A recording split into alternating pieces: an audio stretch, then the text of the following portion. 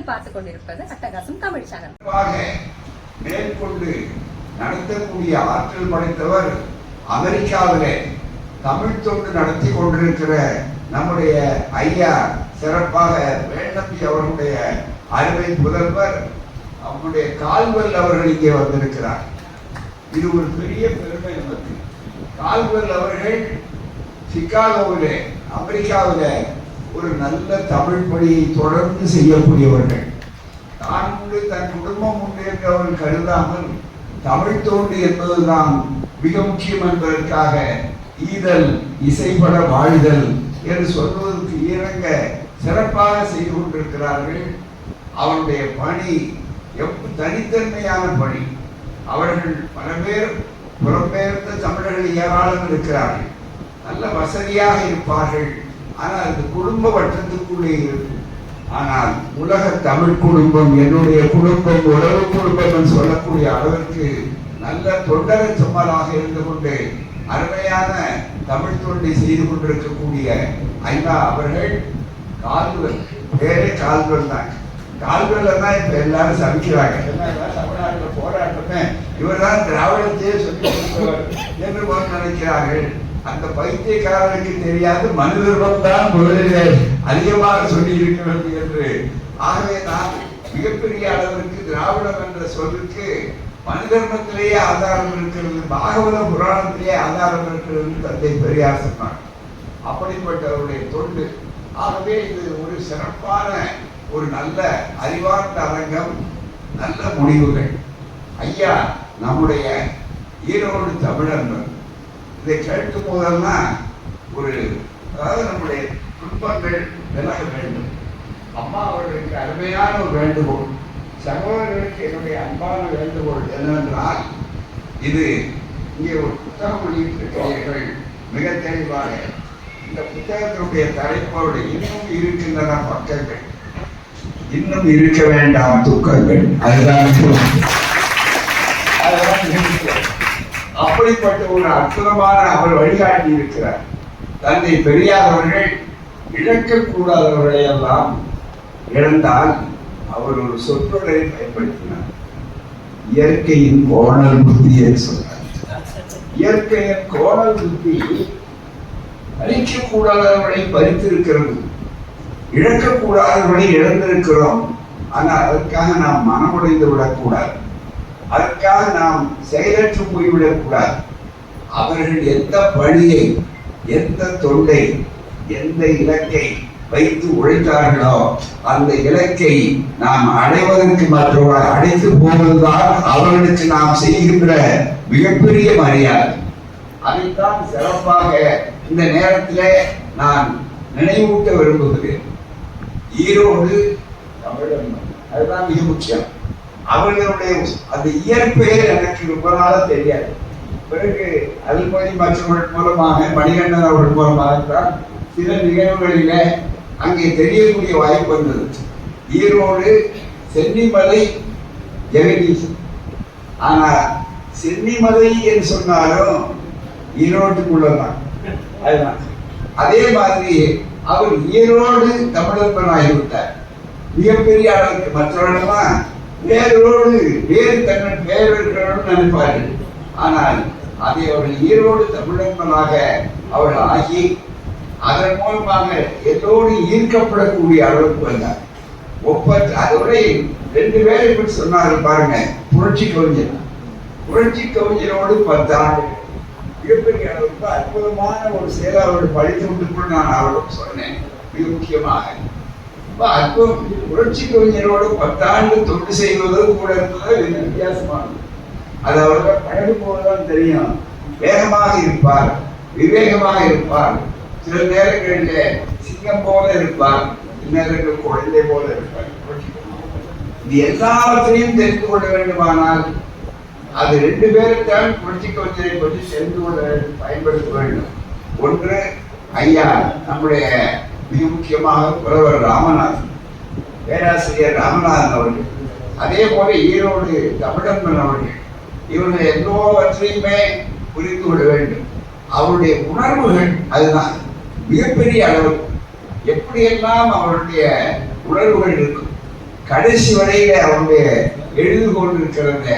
அவர் ஒவ்வொரு முறையும் எழுதுகின்ற அந்த கவிதைகள் எப்படி எழுதுகிறார் என்று பார்க்கும்போது உண்மையிலேயே ஈரோ. லைக் பண்ணுங்க, ஷேர் பண்ணுங்க, மறக்காம சப்ஸ்கிரைப் பண்ணுங்க அண்ட் பெல் பட்டனை மறக்காம கிளிக் பண்ணுங்க. என்பதற்கு அதுதான் பொருத்தமானது.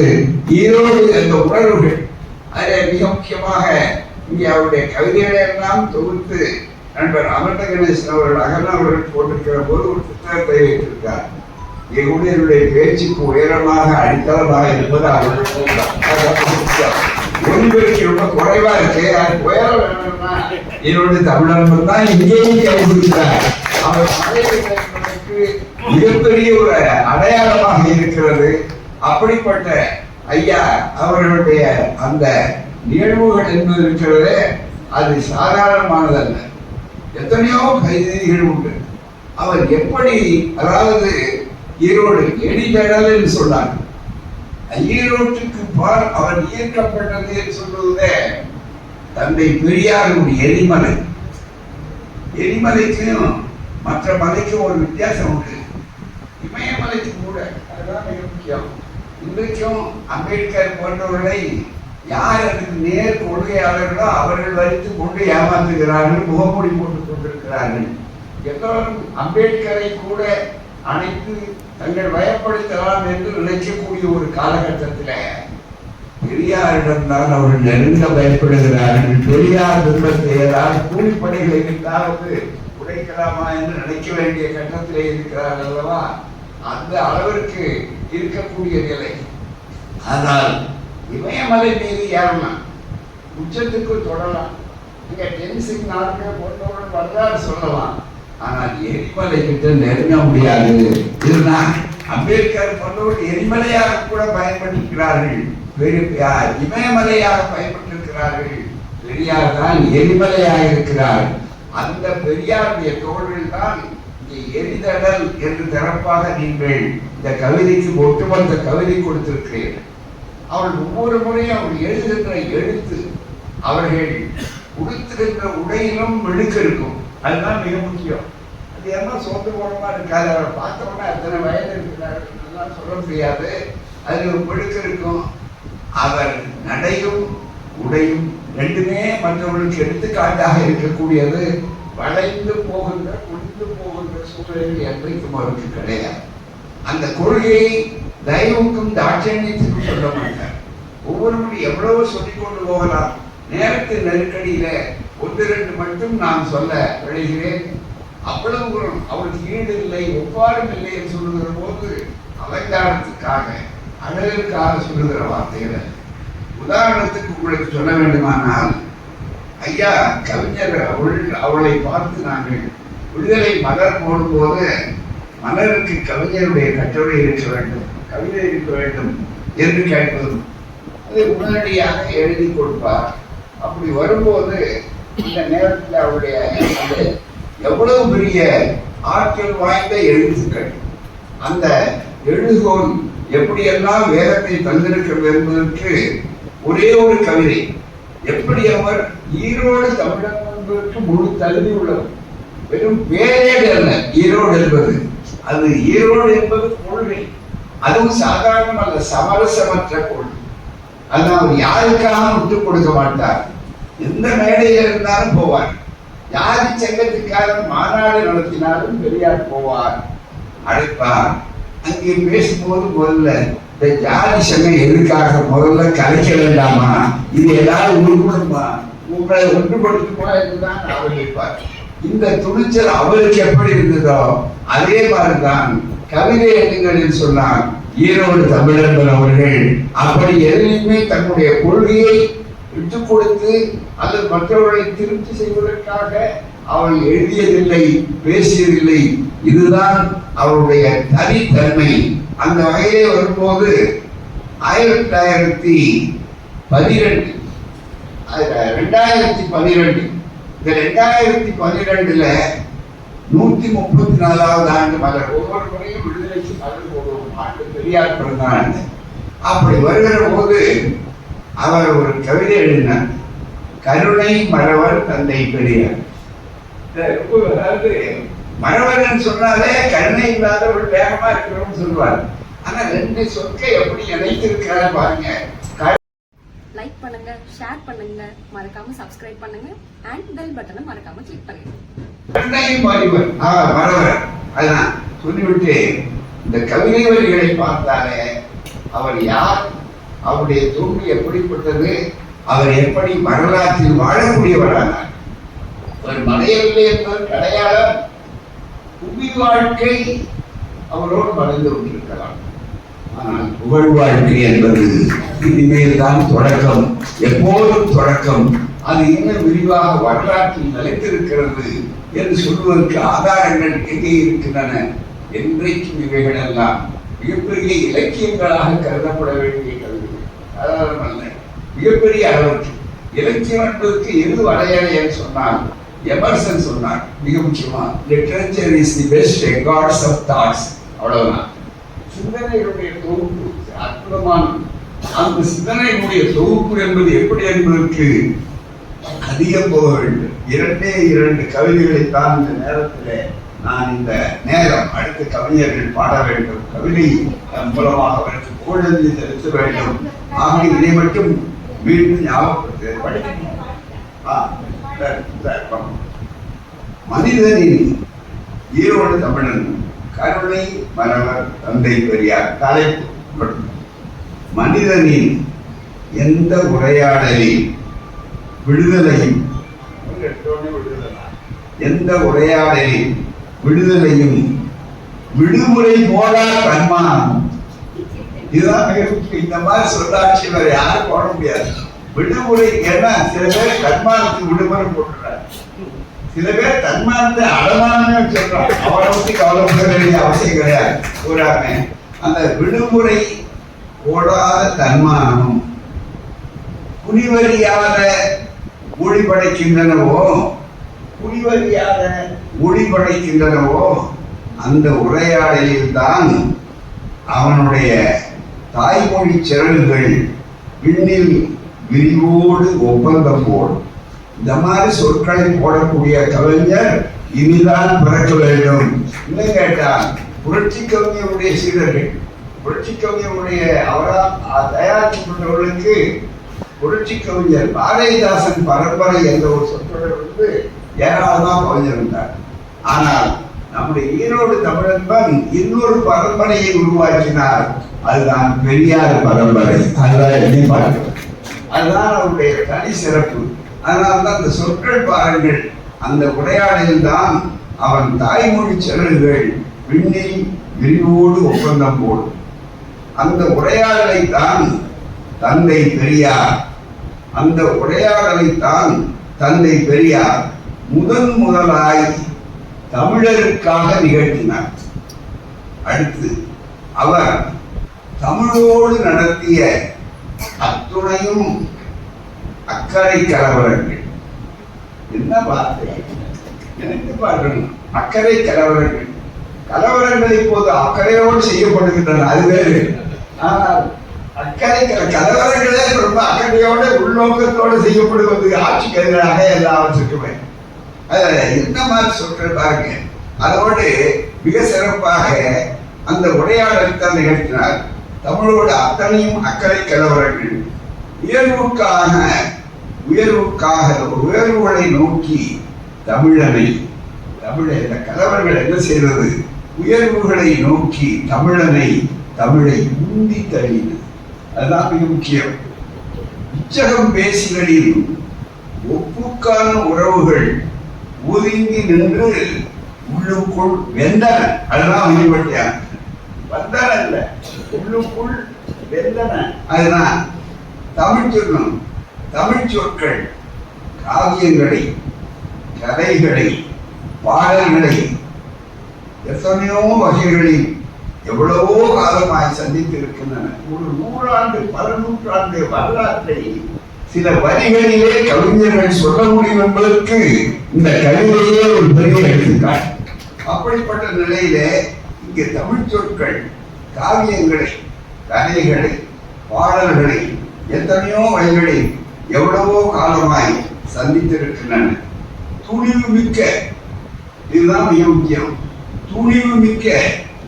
இவர் எப்படி ஈரோடு தமிழன் மன்னராக இருப்பதற்கு இதுதான் காரணம். இந்த வார்த்தை அப்படியே அவருடைய துணிவை வரித்துக் கொண்டிருக்கிறார்.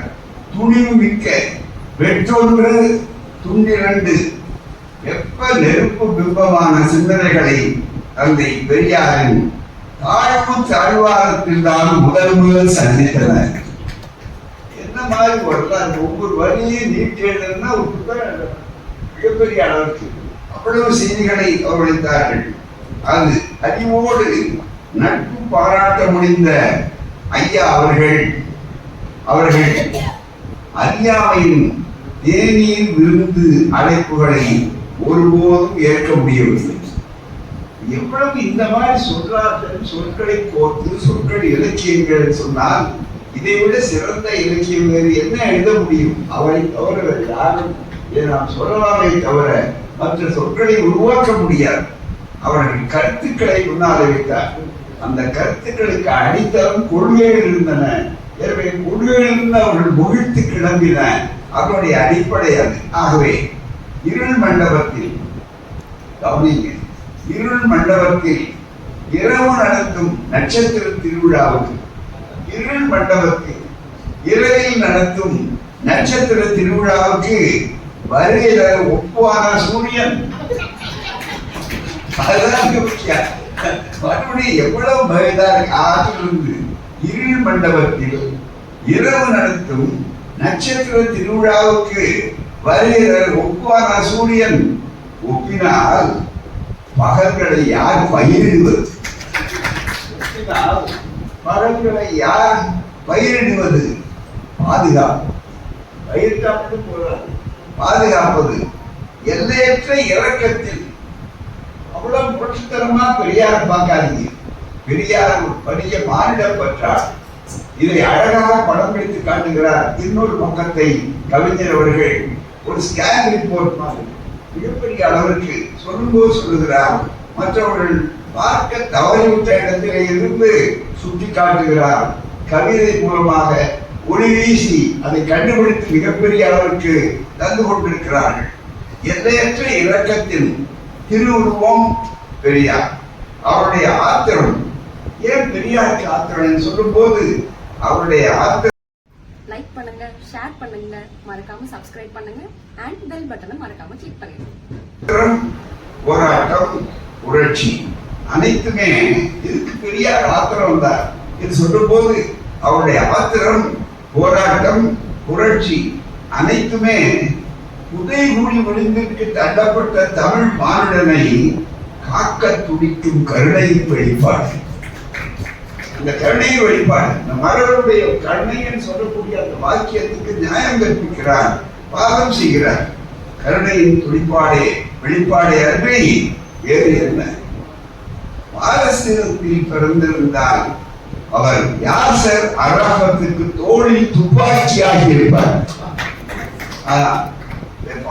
மிகப்பெரிய பாலஸ்தீனத்தில் பிறந்திருந்தால் அவர் யாசர் அரஃபத்துக்கு தோளில் துப்பாக்கி ஆகியிருப்பார். அல்லது தந்தை பெரியார் தோளில் அரஃபத் துப்பாக்கி ஆகியிருப்பார். எந்த சிந்தனை ஓட்டம் மிகப்பெரிய அளவிற்கு. ஆப்பிரிக்காவில் பிறந்திருந்தார், பாலஸ்தீனத்தில் பிறந்திருந்தால் அவர் யாசர் அரஃபத்துக்கு தோளில் துப்பாக்கி ஆகியிருப்பார். அல்லது தந்தை பெரியார் தோளில் அரஃபத் துப்பாக்கி ஆகியிருப்பார். ஆப்பிரிக்காவில் பிறந்திருந்தால் பிறக்கக்கூடாத நாட்டில் பிறந்தார் சொல்றார். காலத்தை முந்தி அவர்கள் வந்திருக்கிறார் என்று அழகாக படம் பிடித்து காட்டுகிறார். ஆப்பிரிக்காவில் பிறந்திருந்தால் எங்கள் மண்டேலாவின் சிறைக்கு பக்கத்து சிறையில் விடுதலை வேள்வி செய்திருப்பார். மண்டேலா அவர்களுக்கு கூறாங்க. அல்லது அவருடைய சிறையிலிருந்தே ஆப்பிரிக்காவையும் அவரையும் விடுவித்திருப்பார் பெரியார். கருணை மறவர் பெரியார். புலி ஏமா பேசுறாரு. சில கேள்வி வந்து என்ன சொல்லும் போது இந்த ஒரு கவிதை பாருங்க, ஒரு கவிதை PhD ஆராய்ச்சிக்குரிய அளவுக்கு பெரியாரை சொல்லக்கூடிய அளவுக்கு அவர்கள் சரக்கை தரக்கூடிய ஒரு கவிதை. ஒரு வழியே எழுதலாம் புத்தகமா, அந்த மிகப்பெரிய அளவிற்கு அதோடு சொல்லுகிறார். கருணை மறவர் பெரியார் புலி தன் குட்டியை கவ்வது போல, அந்த ஓமை புலி தன் குட்டியை கவ்வது போல தமிழர்களை கவ்வினார். புலி தன் குட்டிகளை கவ்வது போல தமிழர்களை கவ்வினார். பதிந்திருக்கலாம் பல், ஐயோ பல் பதிந்திருக்குமே, நான் பதிந்திருக்கலாம் பல், படிந்திருக்கலாம் சோறு. தாய்ப்புலியின் பாதுகாப்பு நடவடிக்கை, தாய்ப்புலியின் பாதுகாப்பு நடவடிக்கை சிந்திக்க வேண்டும். பலமுறை எவ்வளவு பெரிய பாதுகாப்பு, பெரியாருடைய அந்த பிம்பத்தை உடைக்கலாம் என்று சிலர் வைத்தியக்கார கூலிப்பட்டால் நினைக்கிறது. இந்த 4 வரிகள் உங்களுக்கு எந்தெந்தையும் மிகப்பெரிய எச்சரிக்கை இல்லவா? எண்ணி பார்க்க ஈரோடு தமிழப்பன் வாழோடு பிறக்கிறார். அது மட்டுமல்ல, அவர் பேரா வைத்து எழுதவில்லை, பெரியாரின் கைத்தறியை வைத்து அதையே பிடித்துக் கொண்டு எழுதுகிறார். அந்த கைத்தறி பெரியார் மறைந்தான், கைத்தறி எப்போதும் எழுந்திருக்கிறது, வைத்திருக்கிறோம். அதுபோலத்தான் ஈரோடு தமிழன் உடலால் மறைந்தாலும் கொள்கையால் நிறைந்திருக்கிறார். என்றென்றைக்கு வாழ்வார் சொல்வதற்கு அடையாளம் தாய்ப்புலியின் பாதுகாப்பு. தப்பு தமிழன், தப்பு தமிழன் தான் தவறென்று பேசுவார். இந்த மாதிரி யாராவது தமிழன் சொல்லிட்டு பெரியார் பேசினா அவர்களுக்கெல்லாம் பதில் சொல்லி இருக்கிறார், ஒரு நல்ல அடையாளம் கொடுத்திருக்கிறார், தப்பு தமிழன். அந்த தப்பு தமிழனை விளக்க விரும்பல, நீங்களே அந்த தப்பு தமிழன் என்ன என்பதற்கு விரிவாக சொல்லணும். பேராசிரியர் மணிகண்டன் போன்றவர்கள் ரொம்ப பிறகாக சொல்லணும், மற்றோடு சொல்லணும். எனவே நான் தப்பு தமிழன், தப்பு தமிழன் தான் தவறென்று பேசுவான். வீடு, சொத்து, பதவி, சுகம் எல்லாம் துறந்து வெட்ட வெளியில் நின்று தனது வயது, தளர்ச்சி, நோய், வலி எதையும் பொருட்படுத்தாது தமிழனை மீட்க போராடிய பெரியாரை முரட்டு சித்தர்கள் வழியில் வந்த ஒரு பகுத்தறிவு மகரிஷி என்று சொன்னால் இல்லை என்று எந்த விரல் எதிர்ப்பு காட்டி நிற்கும், எந்த விரல் எதிர்ப்பு காட்டி நிகழும். 1000 பல்லாயிரம் கண்ணாடிகளாகி தந்தை பெரியார் முகத்தை பிரதிபலித்து தமிழர்கள் அவர்களுக்கு நன்றி சொல்லலாம். முகத்தை பிரதிபலிப்பதை நிறுத்திவிட்டு தம்முடைய அகத்தை பிரதிபலித்தால் தமிழர்களுக்கு தந்தை பெரியார் நன்றி சொல்லலாம். சிந்தனைகள் இதுவரையில எவ்வளவு பெரிய சொற்கள், ஆகவே இப்படி ஏராளம் சொல்லலாம்.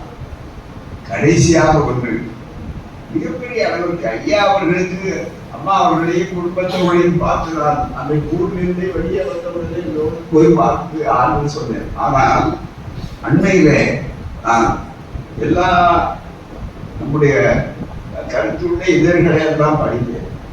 அதுல காக்கை சிறையை பொங்கல் மலர் பார்த்தேன். நல்ல நடத்தக்கூடிய ஒரு பத்திரிகை கூட்டத்தால் தமிழ்நாட்டில் மாத இதழ்கள் காக்கை சிறைகளிலே போன்ற நல்ல பொற்போக்கு கருத்துள்ள ஒரு நல்ல அற்புதமான இதழ்கள். அதிலே ஐயாவுடைய கடைசி பக்கம், கடைசி கவிதை என்ற ஒன்றை படித்த போது என்னால் அதற்கு மேலே ரொம்ப நேரம் படிக்க முடியவில்லை. உணர்ச்சி வயப்படக்கூடாது பகுத்தறிவாளர்கள் என்று சொன்னாலும் கூட உணர்ச்சியோடு அதை பார்க்கிற போது வரிகளை படித்துவிட்டு மேலே படிக்க முடியாமல் அதை கொஞ்சம் யோசிக்க வேண்டிய அளவிற்கு, தயங்க வேண்டிய அளவிற்கு தாங்க முடியாத ஒரு உணர்வை, துக்கத்தை, இறப்பை உருவாக்கக்கூடிய அளவிற்கு ஒரு நிகழ்ச்சி. இங்கே அந்த நிகழ்ச்சியை நம்முடைய ஐயா பின்னால கவிதை பேசக்கூடிய ஐயா அவர்கள், விழிகள் நடராசன் அவர்கள் அதை சொல்லி இருக்கிறார். இதில் பதிவாகி ஐயா அவர்கள் விழிகள் நடராசன் அவர்களுடைய அந்த கருத்து பதிவு இதை செய்து அந்த கவிதை இருக்கிறது. அதைத்தான் நான் ஒரு முறை அல்ல பல முறை படித்து இந்த அரங்கமும் அதை விட சிறப்பு, அவருக்கு பெருமை வேறு கிடையாது. கடைசி கவிதை என்றும் கடைசி உரை என்பது இருக்கிற வாழ்நாளில் அது தெரியாது அவர்களுக்கு. ஆனால் அதுதான் மிக முக்கியம். ஆங்கிலத்திலே ஸ்வான் சாங் என்ற ஒரு சொல் உண்டு. அது மிக முக்கியமாக கடைசியாக அந்த நிகழ்வுக்கு ஸ்வான் சாங் என்று அது மாதிரி ஒரு ஸ்வான் சாங் சொல்லக்கூடிய அளவுக்கு வரக்கூடியதுல அவர் சொல்லுகிறார். இந்த சம்பவத்தை மட்டும் சொல்லி உரையை நிறைவு செய்ய விரும்புகிறேன். ஏற்பாடு செய்தார் தொடர்பேருக்கு மிக முக்கியம். அதில் இது நாங்கள் திறந்து வைத்திருக்கலாம். எனக்கு அந்த வாய்ப்பு வந்து அவருக்கு ஆறுதலை பெற்று அம்மா போன்றவர்கள் குடும்பத்தவர்களுக்கு ஆறுதல் சொல்லக்கூடிய வாய்ப்பு பெற்றாலும் இது இரண்டாவது படத்தை இந்த ஒரு மாதத்துக்குள் திறந்து வைத்திருக்கிறோம். சென்ற 18ஆம் தேதி அன்று பெரியார் தலைமையில தந்தை பெரியார் முத்தமிழ் மன்றத்தின் சார்பாக அந்த நிகழ்வுகளில முதல்ல ஐயா ஈரோடு தமிழர் மன்றவுடைய அந்த பெயரை முதல்ல பெரியார் திறனும் முதல் படம் தரப்பு, அடுத்தது பல்கலைக்கழகத்தில் வரிசைதான் மிக முக்கியம். அப்படிப்பட்ட ஒரு பெரிய வாய்ப்புல இதுதான் அவருடைய கடைசி கவிதை. லைக் பண்ணுங்க, ஷேர் பண்ணுங்க, மறக்காம சப்ஸ்கிரைப் பண்ணுங்க அண்ட் பெல் பட்டனை மறக்காம கிளிக் பண்ணுங்க. இதை பற்றி சொல்லுகிறார் கவிஞர். ஈரோடு தமிழர்கள் மறைவதற்கு 20 நாட்களுக்கு முன்பாக என்னை செல்பேசியை தொடர்பு கொண்டு பேசினார். நடராஜன் அமெரிக்காவிலிருந்து பாரதிதாசன் பேசினார். இங்க அவருடைய பிள்ளை டாக்டராக இருக்கிறார், மருத்துவராக இருக்கிறார். அமெரிக்காவிலிருந்து பாரதிதாசன் பேசினார். நீங்கள் தொடர்ந்து கவிதை எழுதுங்களப்பா, உங்கள் உடல்நலம் சரியாகிவிடும், கவலைப்பட வேண்டாம் என்று கூறி ஒரு கவிதையை அனுப்பி அதை படிக்க சொன்னார் கவிஞர் பெருமன். இது வந்தது அதுக்காக ஒரு கவிதை எழுதியிருக்கிறேன் என்று சொல்லி அதை படிக்க சொன்னார் கவிஞர் பெருமன். சிறிது நேரம் கழித்து அதை படித்து விட்டீர்களா நன்றாக என்று மீண்டும் எல்பேசியிலே தொடர்பு கொண்டு பேசினார். அக்கவிதை தான் இந்த கவிதை. கவிஞரின் இந்த பேச்சு என் மனதிலிருந்து அகலவே இல்லை.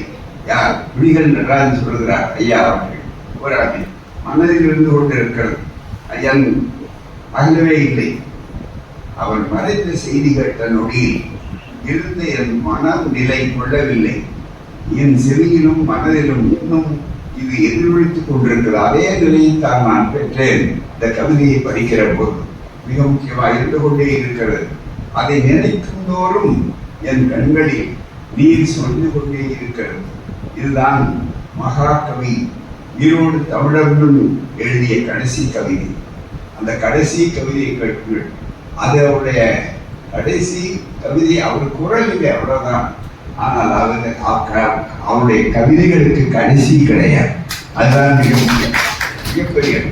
தொலைக்காட்சியிலே கூட இலக்கியங்கள் வந்திருக்கலாம், இலக்கியங்களை பற்றிய செய்திகள் வந்திருக்கலாம்.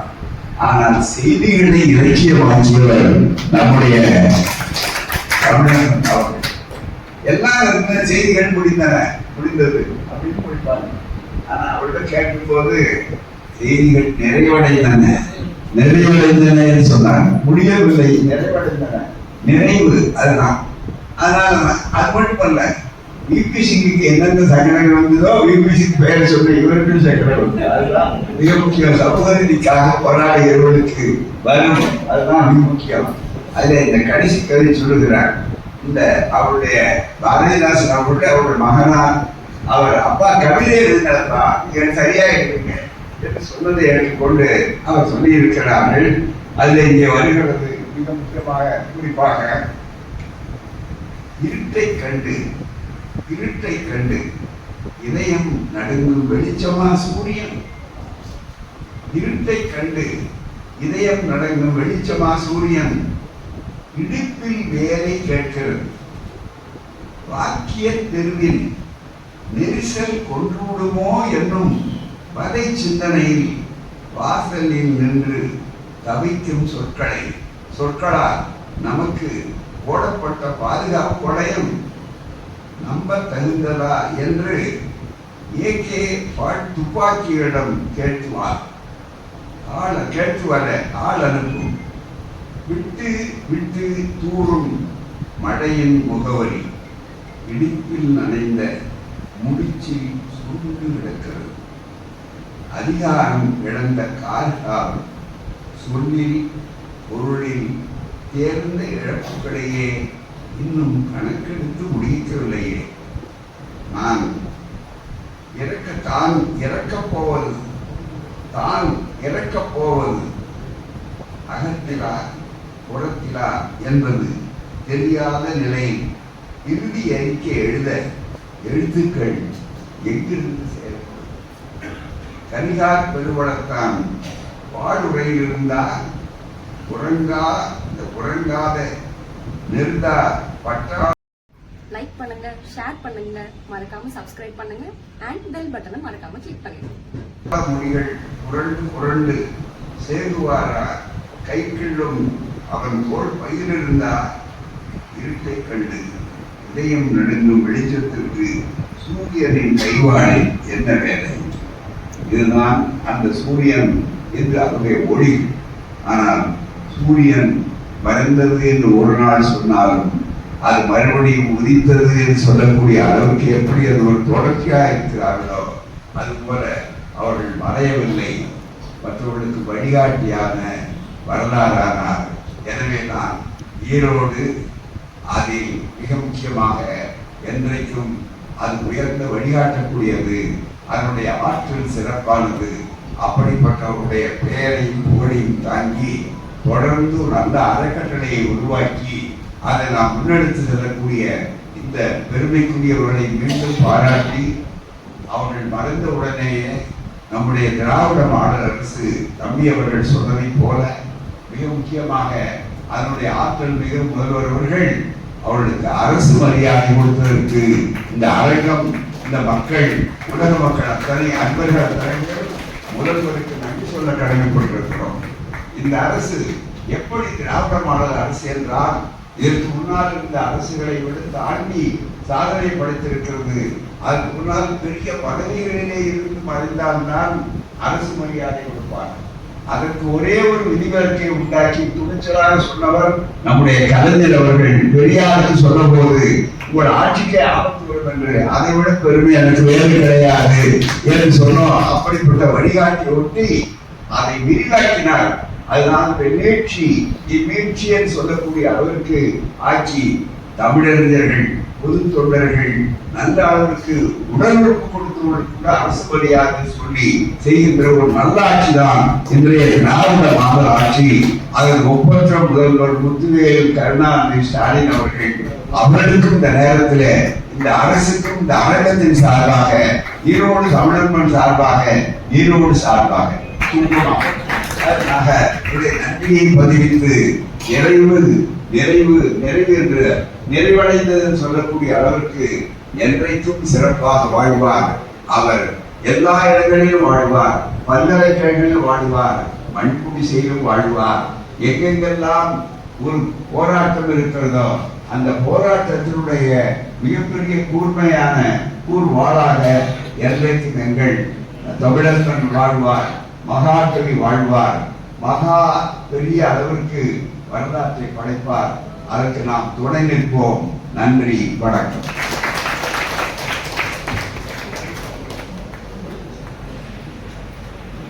அனைவருக்கும் வணக்கம். நீங்கள் பார்த்துக் கொண்டிருப்பது உங்கள் அட்டகாசம் தமிழ்.